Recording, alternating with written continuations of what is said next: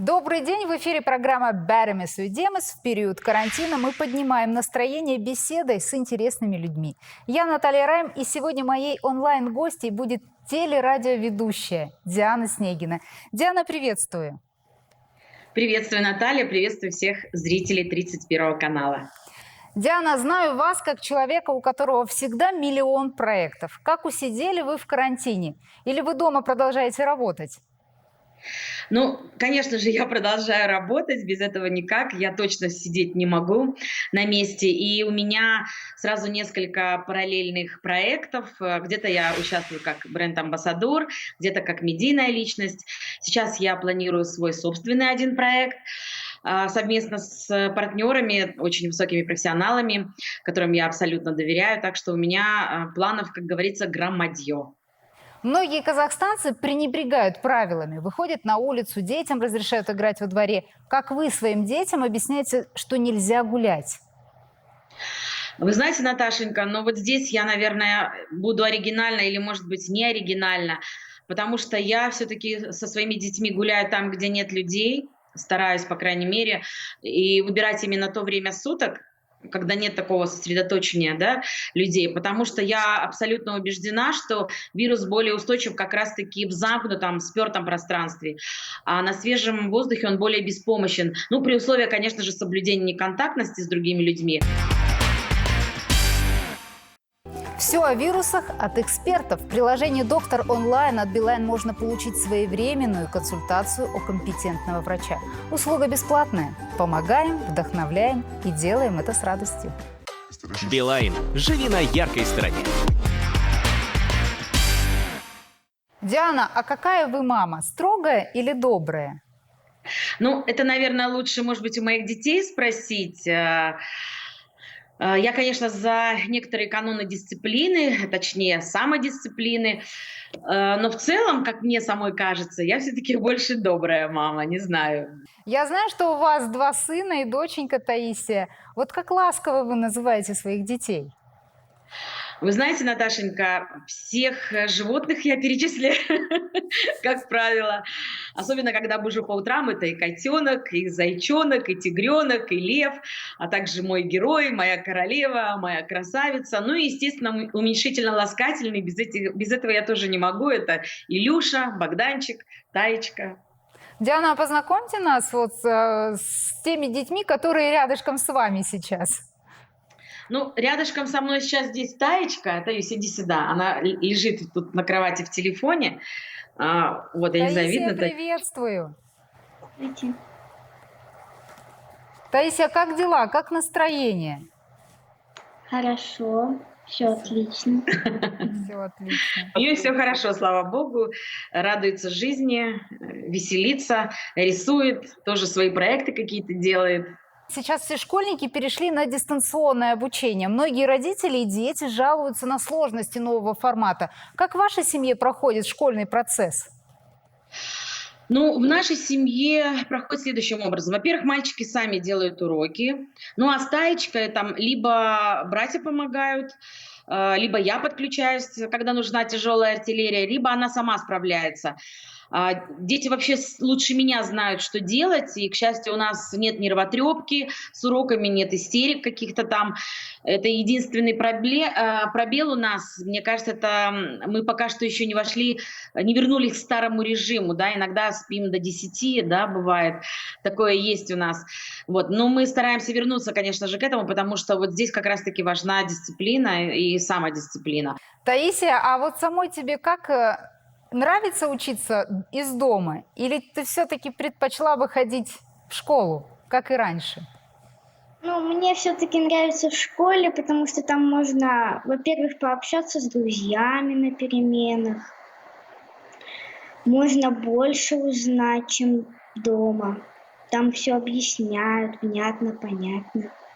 Ну, мы будем верить, что очень скоро закончится карантин, поэтому иди делай домашнее задание, Таечка. Она уже сделала, кстати, беги, доченька. Диана, вот вы та самая ведущая, которую невозможно не узнать по голосу. Было время, вы будили по утрам миллионы казахстанцев, а в прайм-тайм рассказывали интересные истории. Скажите, скучаете по радиоэфирам?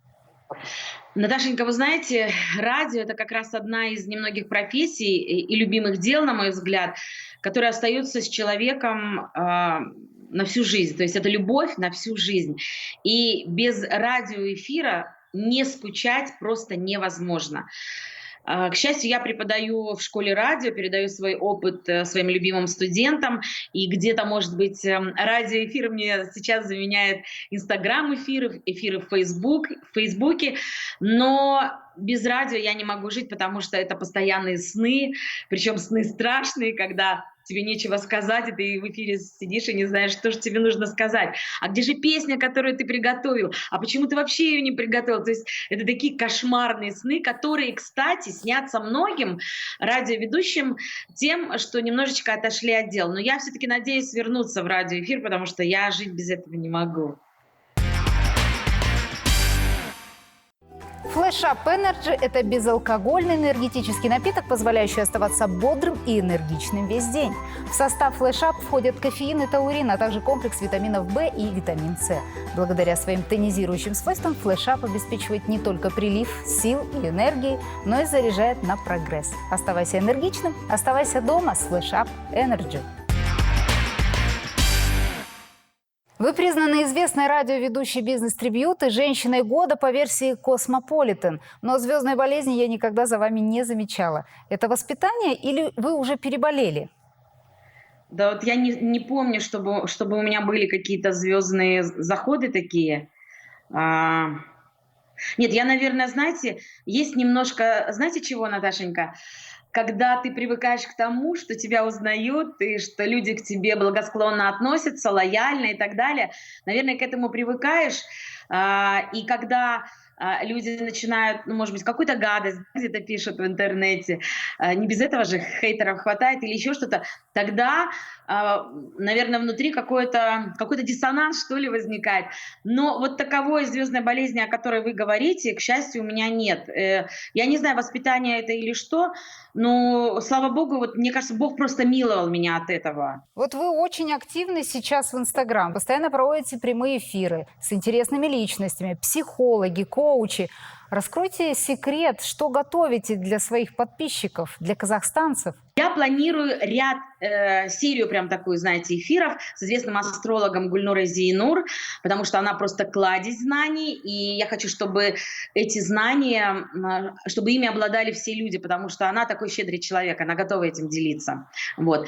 И второе, я серьезно увлеклась эфирными маслами, к которым я вообще всегда питала слабость, потому что их следы ведут в глубину веков, и ладан еще, по-моему, в Ветхом Завете упоминался, и в Египте, еще в 4 тысячелетии до нашей эры. Это связано как раз-таки, наверное, вот с карантином, да, и с вот этими чрезвычайными положениями, со здоровьем, потому что очень важно оздоравливать себя, оздоравливать своих детей и, конечно же, ту территорию, на которой мы живем. У меня вот позади диффузор стоит, и, я не знаю, видно вам, да, или нет.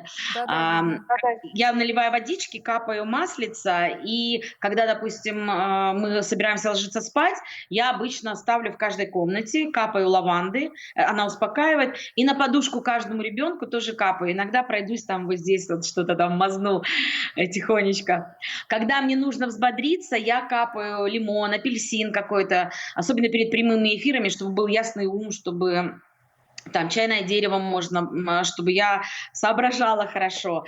Ну и, конечно же, для нашей с вами красоты, Наташенька, потому что любой крем возьмите, абсолютно любой, неважно, дорогой он или дешевый, если вы капнете немножечко масла эфирного, это буквально меньше капли, наверное, то оно усиливает свое воздействие и проникает намного глубже. И я очень хочу сделать вот тоже какой-то ряд эфиров, связанных с эфирными маслами, чтобы поделиться этими знаниями со своими подписчиками и вообще с людьми, кто серьезно относится к своему здоровью, здоровью своих детей, потому что это очень важно.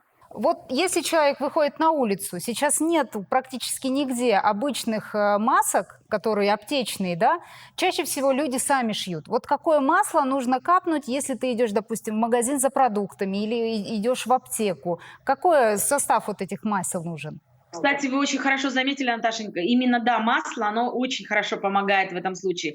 Можно капнуть, например, масло ладана. Почему? Потому что оно противовирусное, противовоспалительное, противогрибковое, Ну и вообще масло ладана, вы знаете, да, это такое волшебное масло. Диана, а что вы сделаете в первую очередь, когда закончится карантин? В первую очередь, Наташенька, я пойду на работу. Честное слово, просто в офис. Вот сейчас мне звонил, кстати, наш генеральный Ирлан Имбердиев. Мы с ним разговаривали. Я соскучилась по работе. Я просто хочу пойти в офис, в свои стены любимые, полистать журналы еще раз, так вживую почувствовать этот глянец. Ну пусть все эти мечты и все планы обязательно сбудутся. Спасибо вам за отличный разговор. Желаю вам, Диана, творческих успехов и берегите себя и своих близких. Спасибо взаимно и будьте оптимистичны и позитивны всегда. Спасибо. С вами, дорогие телезрители, я тоже прощаюсь. Оставайтесь дома. Карантин, он не вечный.